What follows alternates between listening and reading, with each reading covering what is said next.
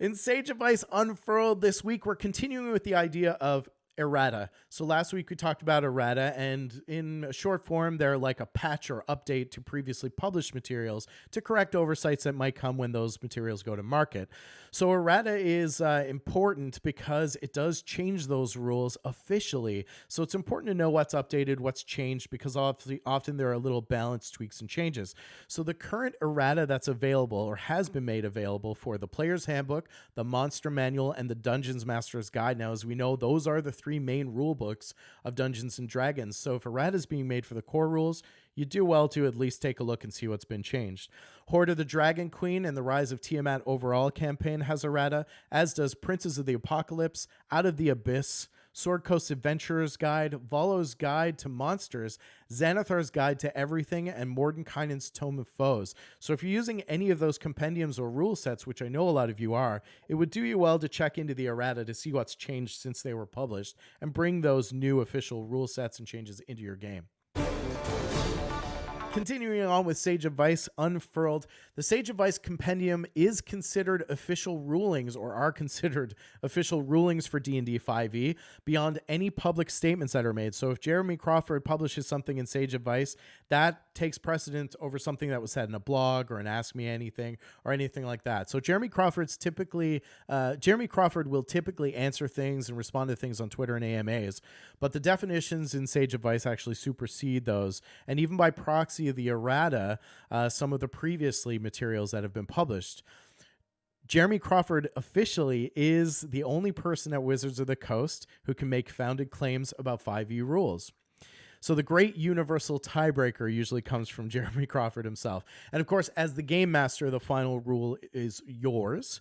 But it's not bait and pump for rules lawyers, like I was saying. For those of us who like to understand as best we can the core rules that govern the system and how the game is played, it doesn't make us rules lawyers. It just means we want to have the most common ground and the best understanding of that common ground between how the game is run and how our players' expectations are of how those games should play out or how those experiences should play out.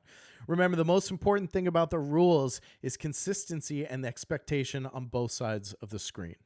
All right, so another continuing item from Sage Advice Unfurled this week, exploring the Sage Advice Compendium.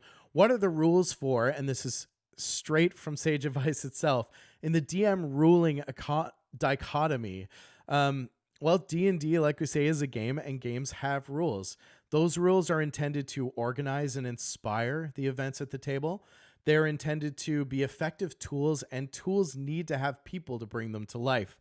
It's a symbiotic relationship. So you need to have an understanding of the rules, and the rules have to empower you to play. They're not intended to severely limit players, but rather form the baseline of how the game is understood and how things work. They're the foundation of rules for the GM to build on.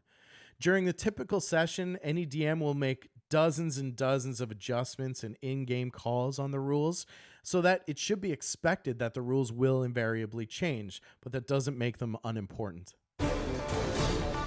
Rounding out Sage Advice Unfurled this week, we want to talk about how are the rules analyzed and presided over. Jeremy uses three basically checkpoints or filters to analyze how and when these rules apply. Step one is RAW, or raw, or rules as written. This is the textual definition of what the words actually say in reference to and in a near mathematical sense of how they apply. They're standalone, straight copy objective, and devoid of any further interpretation. Step two is RAI, or rules as intended, and this covers the intent behind a rule or what the designers meant when they created that rule.